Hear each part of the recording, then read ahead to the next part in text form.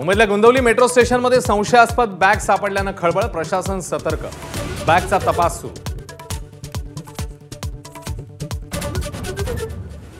मुंबईमध्ये काँग्रेस स्वबळावर लढणार, काँग्रेसच्या एकदिवसीय शिबिरात रमेश चेनिसलांची घोषणा, कुणासोबतही न लढण्याची काँग्रेसची भूमिका।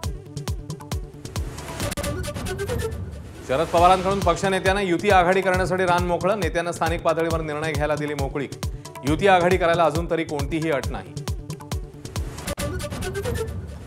निवडणुकांच्या तोंडावर सरकारी तिजोरीतून महिलांना 10,000 रुपये देणं योग्य आहे का? शरद पवारांचा सवाल। तर आत्मपरीक्षण करण्याची गरज, देवेंद्र फडणवीसांचा टोला। सोशल मीडियावर पुण्यातल्या पीडित विद्यार्थिनींची नावं टाकल्यानं रुपाली चाकणकर पुन्हा एकदा अडचणीत, गुन्हा दाखल करण्याची विद्यार्थिनींची पोलिसांकडे मागणी।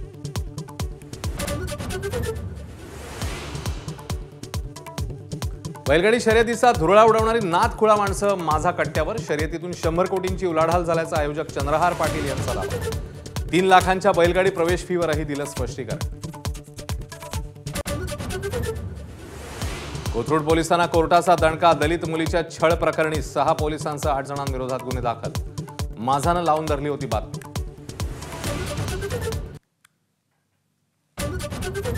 शिक्षिकेच्या शिक्षेमुळे शाळकरी मुलीचा दुर्दैवी मृत्यू, शाळेत उशिरा आल्यानं 100 उठाबशा काढण्याची विद्यार्थिनीला शिक्षा, वसईतल्या शाळेमधला धक्कादायक प्रकार।